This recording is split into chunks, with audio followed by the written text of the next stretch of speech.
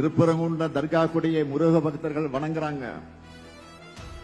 மதுரை சித்திரை திருவிழாவுக்கு வரக்கூடிய இந்து பக்தர்களுக்கு பள்ளிவாசல் மாடை இஸ்லாமிய சகோதரர்கள் ரோஸ் மில்க் கொடுக்கறாங்க. தை முதல் நாள் அன்னைக்கு தேவாலயத்தில் பொங்கல் வச்சு படைக்கிறாங்க.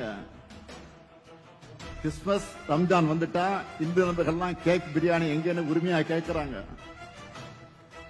எம்மதமும் சம்மதங்கிற தமிழ்நாட்டு மக்களுடைய இந்த ஒற்றுமை மத நிலைக்கு தான் மதவாத அரசியல் செய்து மக்களை பிளவுபடுத்த நினைக்கிற பாஜகவின் கண்களை உறுத்திக்கிட்டு இருக்கு. அவங்க எத்தனை அடிமைகளை சேர்த்துக்கிட்டு அந்தர்பல் அடித்தாலும் சரி, ஒற்றுமையா வாழக்கூடிய தமிழ்நாட்டு மக்களிடம் மதவெறியை தூண்ட முடியாது.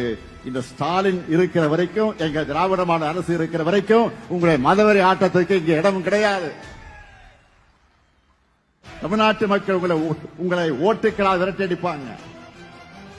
நீங்க என்ன பண்ணாலும் சரி, என்ன நாடகம் நடத்தினாலும் சரி, தமிழ்நாட்டில் உங்க வித்த வேலைக்காகாது, உங்க பாட்சா பலிக்காது.